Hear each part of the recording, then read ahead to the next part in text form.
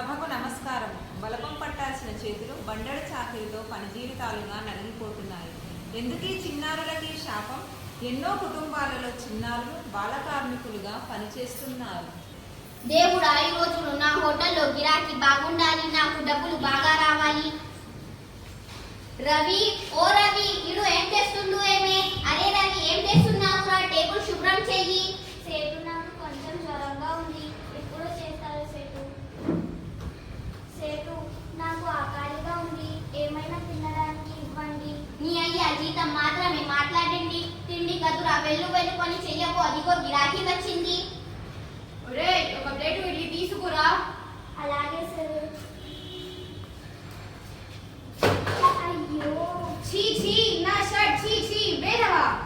అరే రవి, కనీలో వేగాలో నా పో. నేను పనిలో నుండి చేసేస్తున్నా, పో.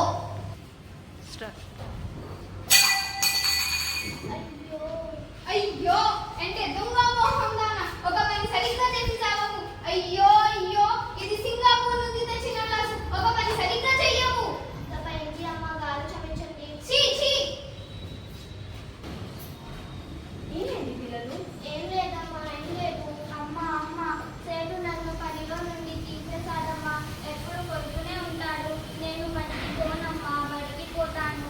అవునమ్మా, మేము అందరిలాగే బడికి పోతామమ్మా. అయ్యో, నా ముగుడే చక్కగుంటే నాకు నా పిల్లలను ఎన్ని కష్టాలు వచ్చేవా. అందరిలాగే నా పిల్లలను చదివించేదాన్ని. అయ్యో, నా కర్మ.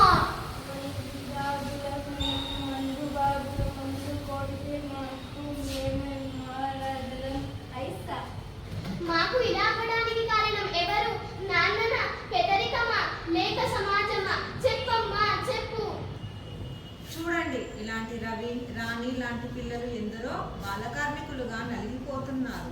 మనందరం కలిసి బాలకార్మిక వ్యవస్థను నిర్మూలిద్దాం.